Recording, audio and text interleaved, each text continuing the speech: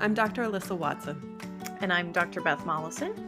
Thanks for joining us again in the Veterinary Breakroom today.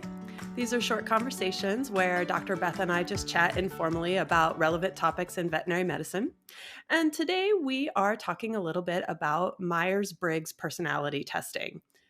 This came up because it's a new year, and new year is sometimes a time for self-reflection. And so I had remembered taking this test when I was in vet school, and I think I've taken it a couple times since then. Dr. Beth, did they have you take this test in school or for any of the jobs that you've had over the years?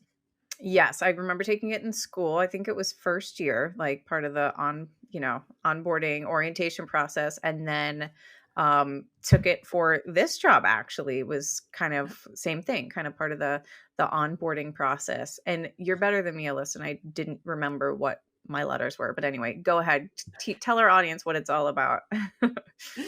Well, I think the reason that I remember what my letters were is because I was the only one in my class, that my entire vet school class, that had my specific designation.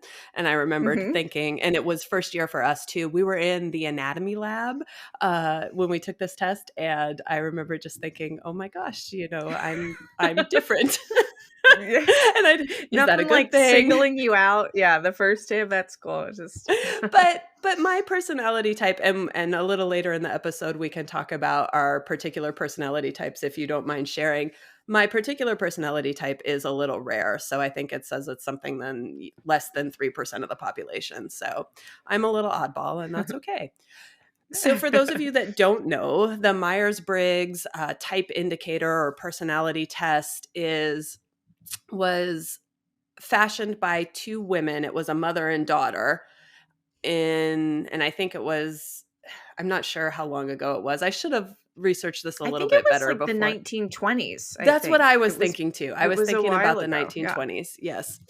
And so they didn't have any formal education in psychology either. And I am definitely not a psychologist. So I took, one or two psychology classes in college, and that's all. So if there's people out there that are very interested in psychology and they have opinions Look about this, elsewhere. right. So, but basically, they break down personality types. And the reason that it's nice and important to do this is because it can help us communicate with other people. That's one of the reasons I think they tried, or they had us do it in vet school. And one of the reasons I think that a lot of employers want you to do it as well, just so that you can understand how to communicate a little bit better with your colleagues, with the people on your team. So, there's these four different indicators, and each of those four indicators has a type. So the first one is extroverted versus introverted. And I think a lot of us know extroverted versus introverted, what that means. So it's how you feel about the world, where you focus your attention. I'm an extrovert. I get a lot of my energy from people around me. What about you? I can't identify with that statement at all, Alyssa. I would put myself deeply in the introverted category where, yeah, recharge time is a necessity. Mhm. So the next one, yeah, it's a lot of veterinarians I think are introverted. I And think you're so right. I think that you're right on there. The next category is sensing versus intuitive. And apparently this is how you gather information. So it was confusing to me at first, but then I saw it explained kind of this way. So can you experience it with your own senses? Like, can you touch it? Can you taste it? Can you feel it? Can you see it? Versus, do you gather information more abstractly? Do you like hmm theories and patterns? And that's me. So I'm an intuitive. I'm an N. Yep. Again, the opposite, Alyssa. I was the sensing, the concrete rather than the intuitive. So this is fascinating. It is really interesting. And again, I'm the rare one, not you. so so the third one is thinking versus feeling for your decision making style. And a lot of people kind of describe this as the head versus the heart. So thinkers make decisions very logically with their mind, whereas feeling people tend to make decisions a little bit more with their heart. They're very empathetic. That is me. I am a feeler. And Mhm. so sometimes I don't make the most logical decisions. Again, I'm the opposite, Alyssa. I'm a thinker, which I did see when we were researching this that um, it is more common for women to be feelers. I think the percentage of feelers is more women than men, which I think not to gender stereotype, but seems to add up with what I've witnessed. Yeah, yeah. So, and then the last one is actually judging. Judging or perceiving. And this is another one that was kind of confusing to me just by the titles, Hmm. but it's how you respond to other people. So, judging people they like things to be really structured and fixed. They like to have a determined outcome, whereas perceiving people are quite a bit more flexible and open-minded, and they leave that open for interpretation later. I This is where I surprise myself because I would like Hmm. to think of myself as open-minded and Hmm. perceiving, but I am not. I am 100% a judger. Okay, this is fascinating, Alyssa, because once again, I'm the opposite. Where when I did the little mini quiz, I got perceiving, so I'm an ISTP, and I would have definitely thought I would have fallen into the judging, the more structured and fixed, rather than the open-minded and flexible. So this is fascinating to me that we've somehow landed on exact opposite ends of the spectrum in just about every way. It makes for good conversation and it makes for good I think that's friends. right. I That's do right. too. That's the whole point of it, to be able to experience the world through and realize that other people don't see it exactly the way you do. This test really actually helped me do that. And it was not the beginning. Like I said, when we took it in vet school, I went straight through school. So I Mhm, graduated by the time I was 26 and I was very young. So the first time that I took this test, I did not have a lot of real world experience, everything. sure. The second time that I took it, it was after I had been out of school for about 7 or 8 years and I had just switched. I had a very large change. I moved. I was in the middle of a divorce, and I took it as when I was onboarded. I did a short stint with Banfield, and they gave it to us, Mhm. and it really opened my eyes at that point that just to realize that other people experience the world, not just how we react, but how they gather in information and experience the world is very different. And to take that into account when I'm talking to people. Because before that, I just felt like everybody must see it the same way I do. Yeah, right? Especially when I think we start thinking about it in a career-related manner. You show up that first week of orientation in vet school, and obviously it's a very niche profession. I do think there are certainly some big commonalities with the personality types that it attracts, but I think that was part of their goal, at least in administering the assessment to us, was to say, we are not all the same. We're not all going to learn the same. We're not all going to interact the same. So, even if you're not doing a lot of self reflection on what your exact four letters are, maybe reflect upon the idea that these people, I remember they had to stand in four different groups around that room or, divided us somehow, take a look and realize that these people do see the world differently than you. And I do think that is kind of a nice message to hammer home and probably something that we could all be reminded of from time to time. um, but Alyssa, tell us too. I know there's been some research done, just like what I touched on, that there are kind of some big personality themes when it comes to people that are attracted to the veterinary profession and that wind up in vet school. So what have things shown from what you saw? Yeah, so there's studies. Everyone knows how much I love studies. So there are studies.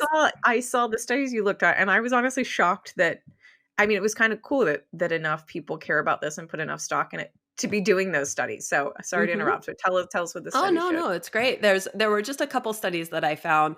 One was a examination of the personality, gender, and career interests of Ontario veterinary college students.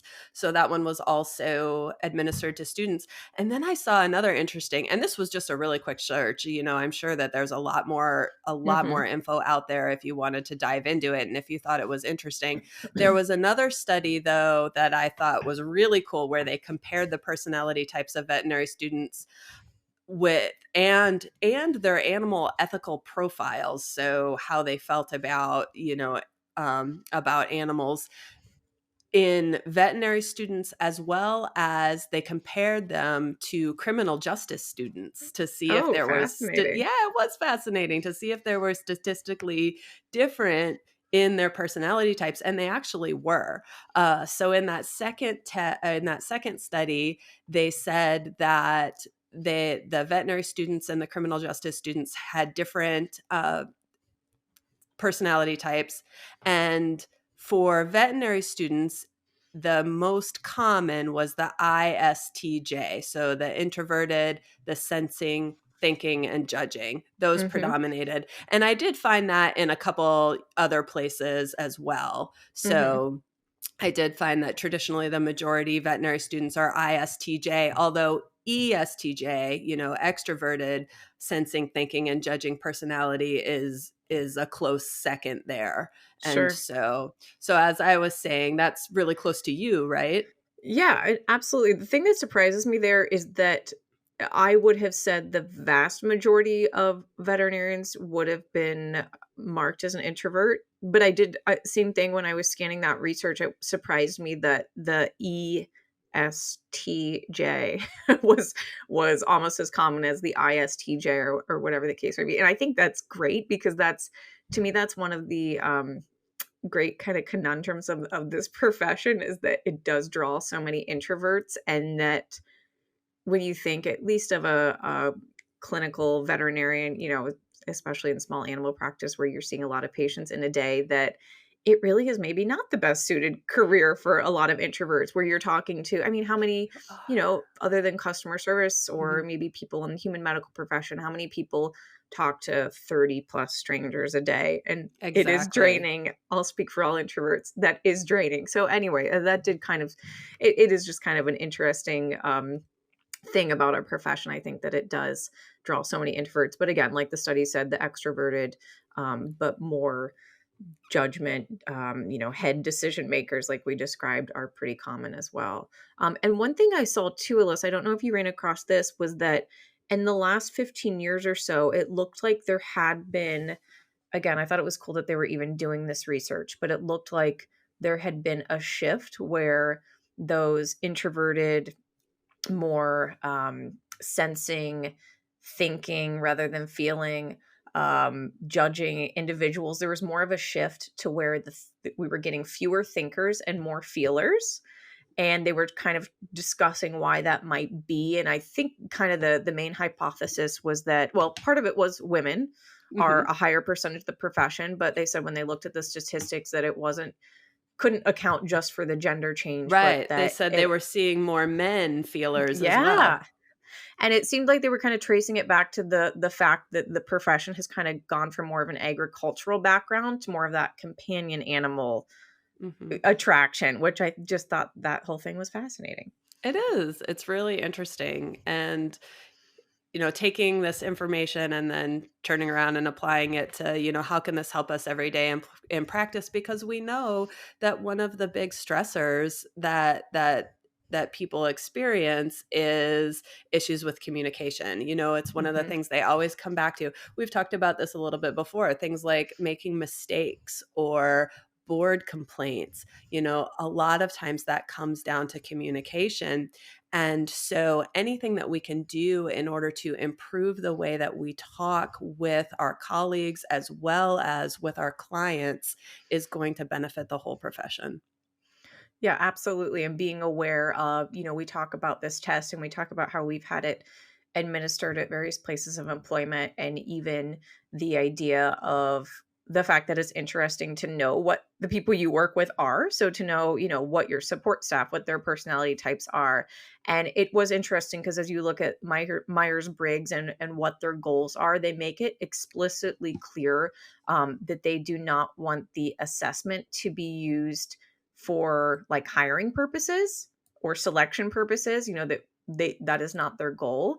So I thought that was interesting too, because I think in recent years it has been, sounds like in many places or some places, been misused, I guess, as more of a, we want to hire people with this type of personality. And they Mhm. say, that's not what it is proven to do. It's not proven predictor of performance, but rather more of a reflection on what sort of Sure. communication style, what type of worker, ways that you can, and even just, when we talk about the introvert versus extrovert thing, I still remember the first time, you hear that, oh, introverts recharge by being alone, extroverts kind of recharge by being with people. So even realizing for yourself, if you are an introvert and you're talking to 30 plus groups of strangers a day, knowing that you have to make time for recharging alone, I think any of those self-reflection things are helpful, not only for yourself, but again, knowing what kind of support staff you have and you're working with, I think is really interesting when we talk about, what are the uses in the workplace. Yeah. And for anybody that's interested at home, we'll go ahead and link to the Myers-Briggs website. They have a free test. There's several versions, I think, of the test, and you can find a lot of free versions online, as well as some really more very detailed versions of the test, which even give you a spectrum, because I think that's important to realize too. You say, oh, I'm an extrovert, but really it's a spectrum. And so just because I'm an extrovert doesn't mean I can't benefit from, stepping away and having a little bit of time to decompress. So, Yes, I love it, especially as we kick off the new year. Never a better yeah. time for self-reflection than the new year. So, but anyway, Alyssa, very interesting information that hopefully, again, people have either stopped listening or interested in doing their own test at this point. So I hope you guys find the test as interesting as we did. And Alyssa, I want to ask you, what is your win of the week this week? So, yes, so it's New Year and winter for our family. We switch from surfing in the summer to snowboarding in the winter. Love And it. yes, which is fabulous. I love it. I love that my children and my husband and I can all do outdoor sports together. It's something as a family that we really love. I will tell you what I don't love about it is I have 2 boys, and I swear they grow out of things in Oh, a month. And so expensive hobby. we they are. But Mm, we hit the mountain, for the first time this season, and as we were going, as we're putting on our gear, I realized that my 14-year-old's boots are 2 sizes too small. There was no of way he was course. gonna jam his feet into there. And so I jumped on Facebook Marketplace and Craigslist and all of the things because I Hmm. don't want to spend $300 on boots that he's going to grow out of next month. And I scored some $40 Burton boots, only been Yes. worn a couple times, and I was so happy. Did you wrap them under the Christmas tree, or is this just I a did not. It was we mom need gift? these Good. boots so that Yeah, we can good, go good. today. I was gonna say double win if you disguise them as a Christmas present, but regardless. Well, that's fun. I'm jealous. Nothing that exciting happening here this winter, but my win, and I feel like maybe I've talked about this on an episode before, but right now we have one dachshund. And I have successfully convinced my husband that we should get a second dog. So I don't know who or what that will be yet. I'm thinking either a greyhound or a standard poodle, a rescue of some sort. So to be continued, and I'm slow when it comes to this. It takes me like years to kind of decide that it's the right time for a new pet, but I think we're right on the precipice of a Mhm. second dog. So we'll see. I will keep you posted, Alyssa. I've been trying to convince my husband that we need a kitten for over a year now. So at this point, I'm going to the shelter and I'm getting a kitten. I'm going to put it I in the was gonna say. backyard, right before he gets home from work. And I'm like, look what was here. I was gonna say you can sneak a kitten in the house. A greyhound and standard poodle is harder, so I say just sneak one right in through the vent or whatever store you need to concoct. Well, I Oh, look forward goodness. to talking to you in a couple weeks, and we'll see how this saga is going. Yes, that sounds good. We will see everyone soon. Thank you for listening to today's episode of Veterinary Breakroom.